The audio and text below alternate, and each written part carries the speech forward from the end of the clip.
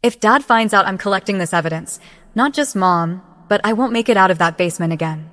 I stood frozen, each second stretching into an hour.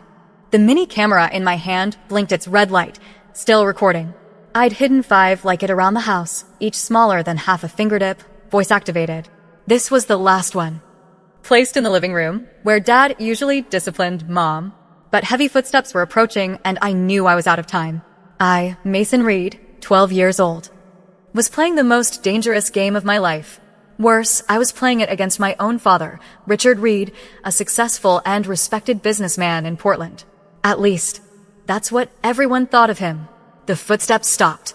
I held my breath, quickly shoving the camera into a crevice in the sofa cushion. My hand trembled as I tried to make it undetectable. I counted in my head, 1, 2, 3. The footsteps resumed, then disappeared towards the kitchen. I let out a sigh of relief, wiping sweat from my forehead. Mason, what are you doing in here? Dad's voice boomed from behind me, making me jump. I hadn't heard him return. I was just looking for the TV remote, I said, trying to keep my voice steady. Dad narrowed his eyes, scrutinizing my every move. His cold blue eyes were like drills, probing for the slightest reaction on my face. Richard Reed was an expert at detecting lies. He was still in his expensive business suit, tie slightly loosened, a sign he'd just come home from the insurance company where he was a director. The remote is on the table over there, he said, his voice chillingly calm. Why weren't you looking there?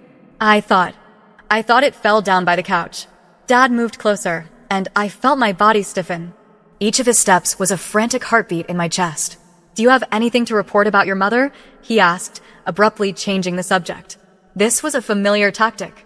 He always changed topics unexpectedly to catch me off guard.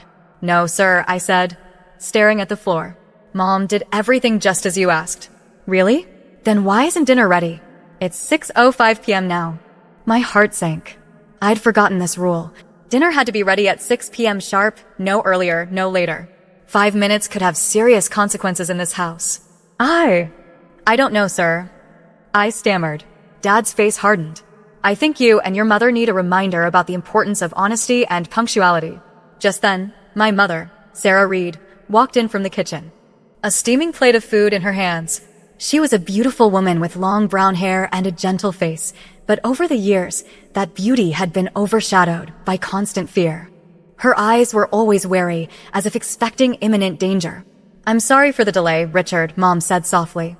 I was just plating the food. It'll just be another minute. Sarah. You know the rules, Dad said, his voice turning sickeningly sweet, which was even scarier than when he yelled. Dinner at 6 p.m. It is now 6:06 p.m. That's 6 minutes late. I know, I'm sorry, Mom said hurriedly, placing the plate on the table, her hands trembling so much she nearly spilled it. It won't happen again. Dad looked from Mom to me.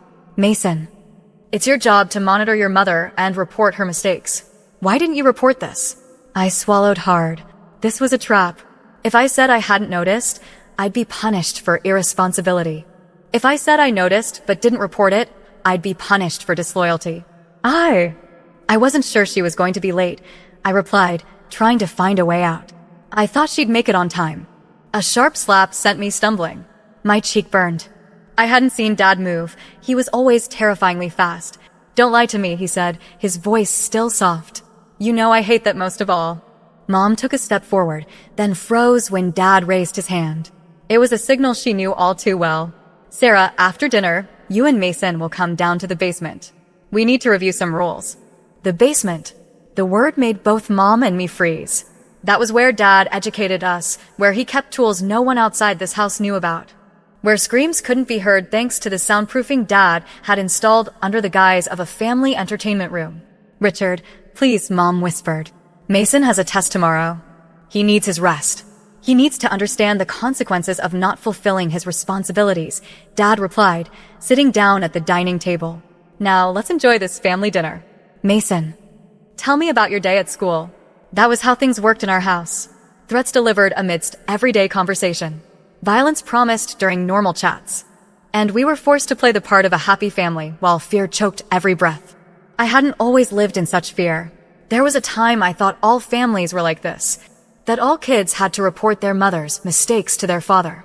that all mothers trembled when their husbands came home. I thought this was normal until a year ago. That was when I went to Tyler Johnson's house, a new classmate. Tyler's parents were arguing about a bill when we walked in. I tensed up, waiting for what Tyler's dad would do. But instead of violence, they talked. Loudly, yes, but no one was hit. No one was threatened. And when the argument ended, they compromised. I was so shocked I couldn't speak. Your parents never fight? I asked Tyler later. Tyler looked at me strangely. No. I mean, they argue, but that's it. What about yours? I didn't know how to answer. How could I explain the surveillance system I was tasked with? What happened in the basement? How my dad disciplined my mom? Tyler, I finally asked, if your dad gets angry, what does he do? He'll go for a walk or watch TV until he calms down, Tyler shrugged. Sometimes he yells, but my mom doesn't let him yell at her. She says women aren't punching bags. Those words changed my life. Women aren't punching bags. My mom didn't deserve what she was going through. And I shouldn't be a tool to help my dad control her. When I got home that day, I found Mom with a new bruise on her arm, cleaning up the shattered pieces of a plate that had been thrown against the wall. For the first time, I didn't see it as normal. For the first time, I saw it for what it truly was: violence, abuse. And I was a part of it. Mason? Dad's voice pulled me back to reality. I asked about your school day. What are you thinking about? I looked up from my barely touched plate. Dad was watching me, his eyes sharp. Mom was looking down, not daring to meet his gaze. Sorry, Dad. I was thinking about my test tomorrow. School was good. I got an A on my math assignment. Good. Dad nodded, seemingly satisfied. And did you talk to anyone? The loaded question. He wanted to know if I'd told anyone about what happened in our house. No, sir. Just to my classmates about homework. Dad smiled, but the smile never reached his eyes. Mason, you know how much I love you and your mother, right? Everything I do is for the good of this family. The outside world doesn't understand how we live. They'd try to tear us apart if they knew. Yes, sir, I replied reflexively, words repeated thousands of times. Good. He turned to Mom. Sarah, the food was decent today. At least you got that right. I looked down at my plate, feeling the mini camera silently recording all of this from the sofa crevice. It would be another piece of evidence in my growing collection. Another piece in the puzzle to escape this hell. Because I'd realized something. If the adults wouldn't help us, I'd have to save myself and Mom. And my father, unknowingly, had taught me the most valuable lesson: how to surveil and gather information. Now I was using those very skills against him. Mason. Sarah, after you clear the table, downstairs to the basement, Dad said, wiping his mouth with a napkin and standing up. I have a few things to teach you. As Dad left the room, Mom grabbed my hand under the table. Her hand was trembling, but her eyes were firm. Everything will be okay, she whispered, though we both knew it was a lie. I nodded, squeezing her hand. What Mom didn't know was that tonight, when the basement door opened, it wouldn't just swallow us as usual.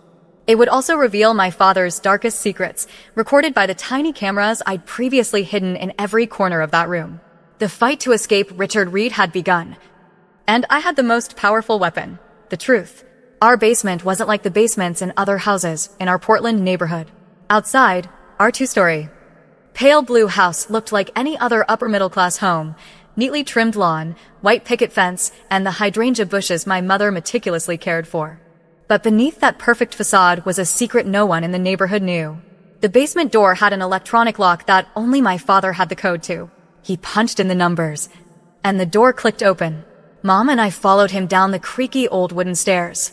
Mason, your usual corner, Dad ordered. Sarah, you in the middle of the room. I moved to the corner of the wall where I usually had to stand and observe. It was part of the lesson Dad made me watch him punish Mom.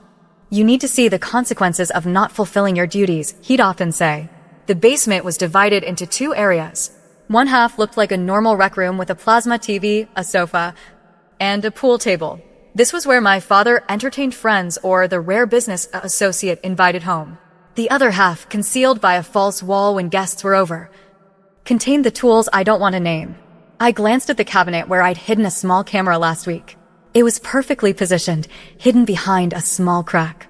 Two other cameras were already strategically placed, one in a fake fuse box and another in a small air vent in the ceiling. Mason, do you know why we're down here? Dad asked, his voice as flat as if he were teaching a science lesson. Because I didn't report Mom for being late with dinner, I replied, my eyes fixed on the cold cement floor. That's right. And what does that mean? I failed in my responsibility. Dad nodded, walking towards my mother. And when you fail in your responsibility, what happens, Sarah? Mom swallowed hard. Her arms crossed in front of her chest as if to shield herself. The family suffers. Precisely, Dad said, pleased.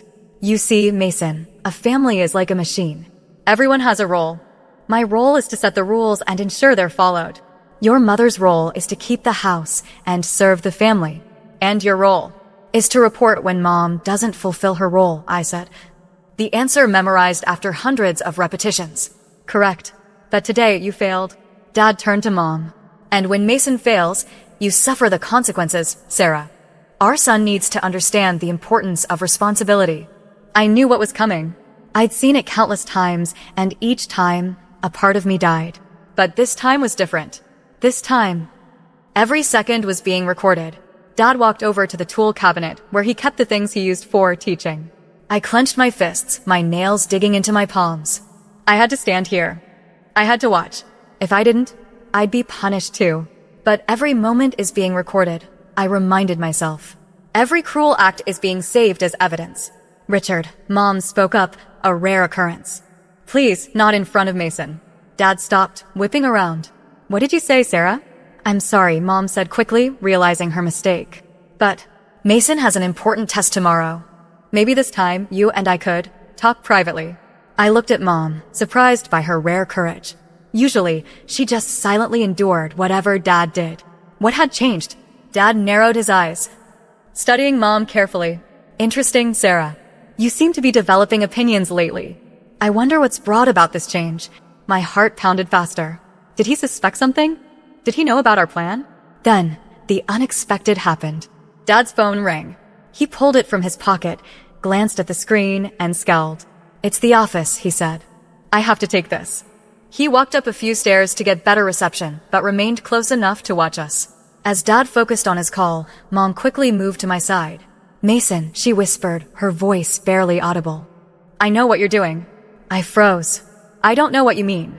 I saw you hiding the cameras, she said, her eyes darting towards Dad to ensure he was still on the phone. I don't know what your plan is, but you have to stop. It's too dangerous. I looked at Mom, confused. But Mom, this is our only chance. There is no chance, Mason. You don't understand what your father is capable of. If he finds out, Mom, I contacted Mrs. Peterson. Mom's face went white. Mrs. Peterson was my teacher, the one who had repeatedly expressed concern over the unusual signs, my absences after learning nights in the basement, the bruises I tried to hide, the changes in my behavior. What did you do? She asked, her voice trembling. You told her. She helped me plan this, I admitted. I showed her some of the evidence. She's working with Child Protective Services and the police. They're coming on Friday night. No. Mom shook her head violently, still whispering. You don't know what you're doing. We tried before, and it failed. It'll be so much worse this time. This time is different, Mom, I pleaded. We have real evidence. Video, audio. I even found emails where Dad threatened you. And we have Mrs. Peterson on our side. Dad can't manipulate everyone. What are you two whispering about, Sarah? Dad's voice suddenly cut through, making both Mom and me jump. He'd ended his call and was standing at the foot of the stairs, eyeing us suspiciously. Nothing, Richard, Mom said, backing away. I was just telling Mason I hope he still does well on his test despite today.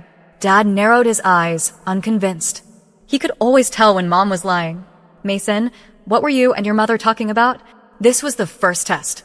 If I lied and Dad found out, everything could fall apart.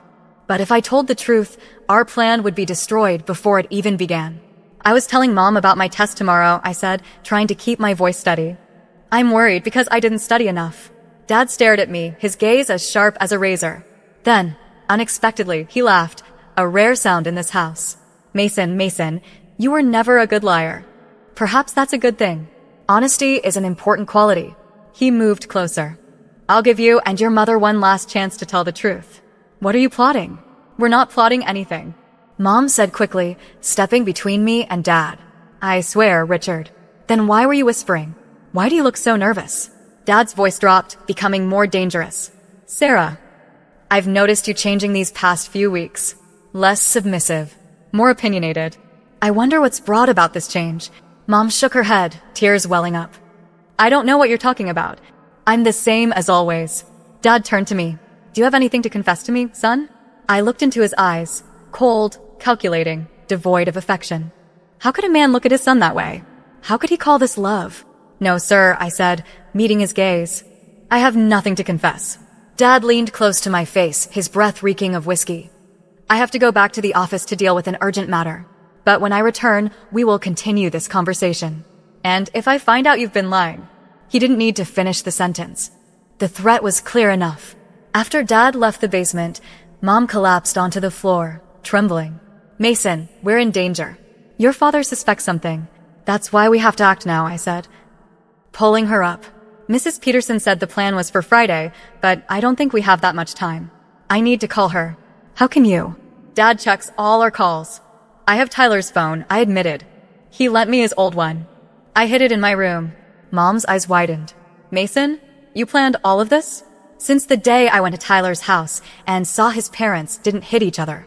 I knew this wasn't normal, Mom. We don't deserve to live like this. Mom looked at me as if seeing me for the first time. A tear rolled down her cheek. You've grown up too fast, she whispered, stroking my hair. I'm so sorry I couldn't protect you. You did your best, I said, feeling my own tears welling up. But now it's time we protected ourselves. Together. We quickly left the basement. I ran to my room, retrieved the phone hidden in the air vent behind my desk. With trembling hands, I called Mrs. Peterson. Mason? Her voice came after the second ring. Are you okay? We can't wait until Friday, I said urgently. My dad suspects something. He's investigating. I think he might find the cameras. I heard Mrs. Peterson's worried sigh. Mason, listen to me. I'm calling Officer Brown right now. You and your mother stay calm and act as normal as possible. Don't do anything to make your father more suspicious. They'll get there as soon as they can. But what if my dad comes back before they get here? I asked, hearing the fear in my own voice. I'll tell them they need to come immediately. Gather your phone and any evidence you have. Hide them somewhere safe but accessible. If things get bad, you and your mother leave the house immediately and go to a neighbor's. I heard the front door open. My dad's back, I whispered frantically. Hide the phone, Mrs. Peterson said quickly. They'll be there soon. I promise. I ended the call, shoved the phone back into its hiding place, and ran downstairs. Mom was already in the living room, her face pale as Dad walked in. I forgot some important documents, Dad said, watching us intently. Sarah, you look stressed. What's wrong? Nothing, Mom said, forcing a smile. I was just worried about dinner tomorrow. Your boss is coming over, isn't he? Yes. Dad looked from Mom to me. Mason, are you done with your homework? I was just about to start, sir, I said, trying to keep my voice even. Dad nodded slowly, then said unexpectedly, I think I'll work from home for the rest of the day. The issue at the office isn't as critical as I thought. My heart plummeted. This was not good news. Dad rarely stayed home midweek. He was suspicious of us. That's great, Mom said, her voice a little shaky. I'll make you some coffee. No need, Dad replied. Actually, I want to check a few things around the house first. Lately, I've been feeling like someone's been touching my things. His eyes swept across the living room, lingering on the sofa where I'd hidden the camera. I tried not to follow his gaze. Mason, have you seen anything strange around the house? Dad asked, his voice too calm. No, sir, I replied, trying to control my voice. Dad took off his jacket, hanging it on the rack. I think we'll conduct a little house inspection. Sometimes security issues can arise without anyone noticing. Mom and I exchanged a quick glance. This was the worst possible thing that could happen. If Dad found the hidden cameras or Tyler's phone. Richard, I don't think that's necessary, Mom tried to intervene. We have the alarm system, and... Sarah, Dad interrupted, his voice sharp. Are you trying to stop me from searching my own house? That's certainly suspicious. Mom backed down, shaking her head. No, that's not it. I just thought I was about to start dinner and Mason needs to study. That can wait. Dad looked up at the ceiling as if in thought. We'll start with the living room, then Mason's room. And finally, the basement. If someone has broken into our home or planted listening devices, I want to know. I knew this wasn't about security. He was looking for evidence of our plan. Somehow, he suspected. Mason, Dad suddenly turned to me. Where's your phone? In my room, sir, I replied. On my desk. Go get it. I went to my room, my hands trembling as I picked up the phone Dad had given me, a completely controlled device with tracking software he'd installed. When I returned, Dad had already started flipping over the sofa cushions in the living room. Here, I handed him the phone. Dad opened the messaging app, checking every conversation. Of course, there was nothing suspicious there. I never used that phone for anything important. Do you have any other phones, Mason? Dad asked, looking directly into my eyes. I felt my body freeze. This was the question I dreaded most. If I said yes, the plan would be ruined. If I said no and he found Tyler's phone. No, sir, I said, trying not to blink. Dad looked at me longer than usual, then slowly nodded. We'll see. He continued to search the living room, flipping every cushion, checking behind tables and cabinets. My heart pounded wildly as he approached the sofa where I'd hidden the first camera. Mom stood frozen, her hands clutching the back of a chair. Dad flipped the cushion up, his hand reaching into the crevice. I held my breath. He muttered, digging deeper. It seems. He paused, pulling his hand out. Between his fingers was the tiny camera. The room seemed to freeze. Dad looked at the camera, then at me, his eyes slowly turning from surprise to fury. Mason, his voice was flat, too calm. Can you explain what this is? Mom rushed between us. Richard, that's mine. I put it there. Dad looked at Mom, a cold smile appearing on his face. Sarah, you're a terrible liar. Always have been. He turned back to me. Are you recording me? Filming me? Why? I couldn't speak. My mouth was dry. All the plans, all the prepared answers, vanished from my mind. Richard, Mom tried to intervene again. Please. Silence. Dad roared, his voice echoing through the room. Mom flinched, stepping back. Dad clenched the camera, his eyes fixed on me. What have you done, Mason? Who have you talked to? How many more cameras are there? I backed away, hitting the wall. I asked you how many more cameras there are, he bellowed, advancing towards me. Just then, the doorbell rang. All three of us froze. Who is it? Dad asked, his voice full of suspicion. I don't know, Mom replied, her voice trembling. The doorbell rang again, this time accompanied by a loud knock. Portland police. Open the door. Dad's face transformed from anger to horror, then quickly to something cold and calculating. He turned to me. You called them. It wasn't a question. I didn't answer, but my eyes said it all. Richard Reed, we know you're in there. Open the door immediately or we'll break it down. The voice outside grew more urgent. Dad looked at the door, then back at us. For a moment, I thought he'd do something crazy, attack us, destroy evidence, or even worse. But instead, he took a deep breath, smoothed his hair, and put on a fake smile. All right, he said, his voice calm again. We'll handle this like a civilized family. Sarah, you, stand behind me. Don't say anything. Let me handle this. Dad started towards the door, but Mom pulled me back, pushing me behind her. No, Mom said, her voice firmer than I'd ever heard.